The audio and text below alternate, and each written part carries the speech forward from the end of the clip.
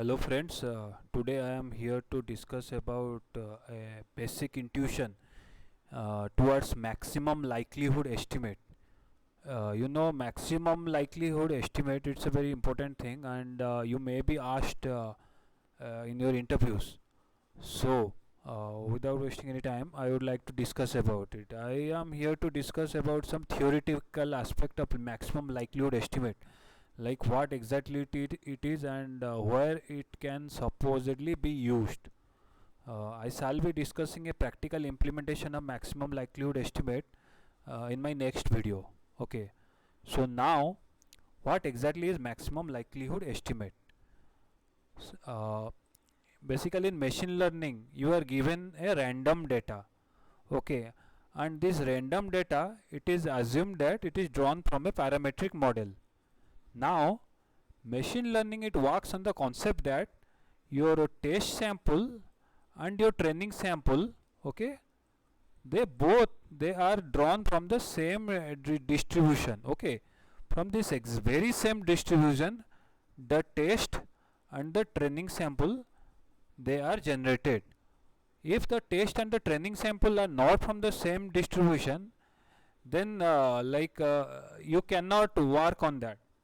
So it is assumed that on the same data you are doing your training and testing, and from the same distribution you are receiving the sample. Like your client uses your application on the same distribution. Okay. So now maximum likelihood estimate, uh, it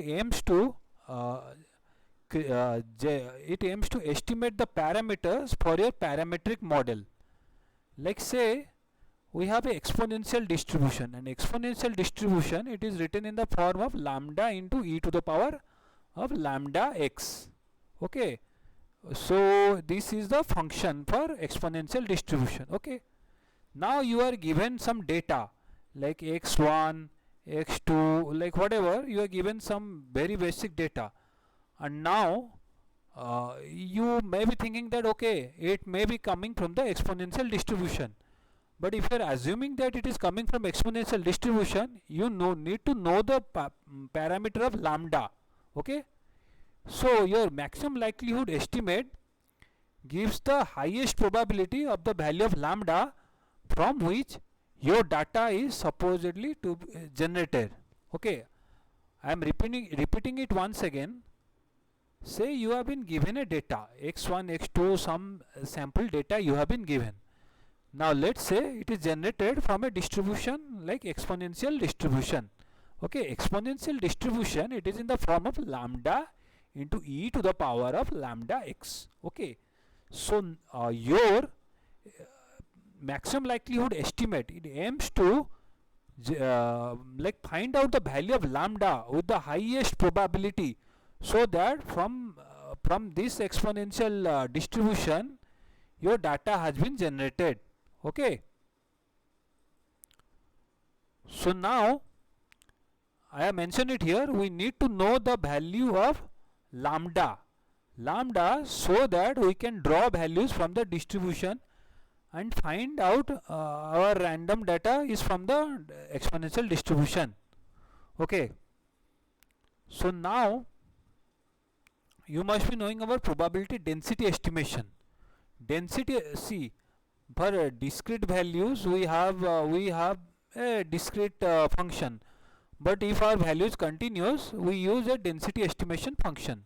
So density estimation, it involves selecting a probability distribution function and the parameters of the distribution that best explains the joint probability distribution of the observed data. Okay, for your data x, okay, we need to find out the probability distribution function and the parameters of the distribution function. Okay, mind it, there are two things: you need your probability distribution function and you need to know the parameters. Then only you can find out like from which distribution your data x is being generated. Okay, so moving on, like you need to estimate your probability distribution function and you need to choose your parameters from the probability distribution function. Okay, now if I have these two things, then I can say that okay, based on this distribution function and the parameters, I have generated the data set. Okay, so there are two ways to solve this problem. One is maximum a posteriori MAP, it's a Bayesian method, and other is maximum likelihood estimation MLE. So based on these two methods, you can estimate your probability distribution function, and you can choose the parameters of the probability distribution function. Okay, so now I am giving you an assignment, like, see, maximum a posteriori MAP is a Bayesian method, okay, and maximum likelihood estimation is a frequentist method. So now you need I have given you some links at the end of this tutorial. Okay, just go through this and find out what is the difference between a Bayesian method and a frequentist method. It's here for your understanding and for your knowledge sake. I don't think like anyone will be asking you in an interview like what's the difference between a Bayesian method and a frequentist method, until and unless you are from a statistics background. But please explore this, and I have given you some links. Those links you will find it very useful, and it's a very interesting answer. So please go through this, and if you understand, then please post it in the comment. Okay, so now moving on to the next part. Your maximum likelihood, it answers the question like, for which parameter value does the observed data has the highest probability. Okay, so you sorry, you are finding out the parameter value, but it may not be accurate. So the aim is to find out the parameter value which has the highest probability. Okay, so maximum likelihood is a point estimate. Okay, we have a point estimate, and we have again a cloud or a density estimate. Okay, so it gives a single value of the unknown parameter. Okay, so let's say we have lambda into e to the power lambda x. It gives a single value. Say for Gaussian, we we estimate the parameters. Okay, the parameters that are needed in the function, they are estimated by the MLE. Now coming on to the next part, we have one more concept which is known as the log likelihood. Okay, log likelihood. Now what exactly is a log likelihood? Okay, so it is quite easier to work with a log function. Now you may be thinking, okay, how a log function is easier to work with. Okay, so now see, probability values, they lie between 0 to 1. Okay, if we are multiplying two very small values, say 0.05, and again we are multiplying with 0.05, it is becoming a very small value. Okay, so if we instead, how do we take in a log? If we take a log, now it will be log of 0.05, log of 0.05, and again you will add with log plus log of 0.05. This is a general number which is possibly easy to compute, and it doesn't gives out a very small number size 0.00 something 3240, again 2. It doesn't gives a very less number. So log function are very easy to use. So that is why we have, when we calculate a a maximum likelihood estimate, we use a logarithmic function. Okay, so we take a log and then we add them. This gives table result. So ln of x, ln means your log with base e. Normal whatever we write log, it's a base 10, but ln means ln, it's log with where the natural base is e. Okay, so e to the power something gives you the value.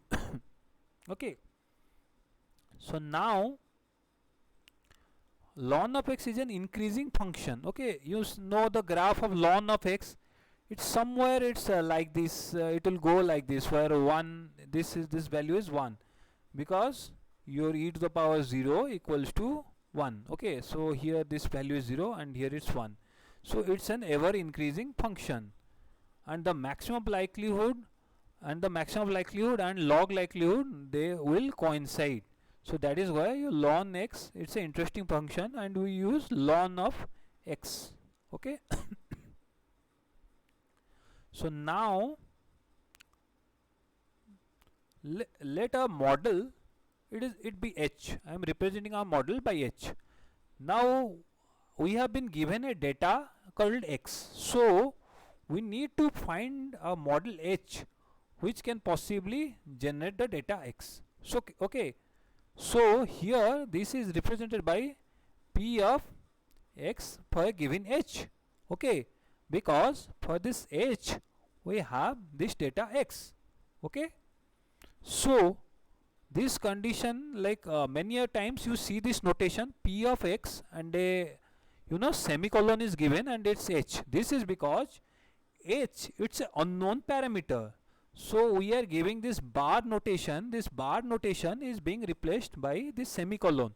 So p of x, this semicolon h, and p of x for a given h, this both they are the same, but we are using semicolon to make a distinction because here h is unknown and we want to estimate the h. And obviously in probability you would have seen h. For this we are assuming that we know the value of h, but here we don't know the value of h, so we are using this kind of notation. Okay. So now we use our modeling hypothesis that maximizes the likelihood function. So our problem statement, it becomes maximize p of x given h.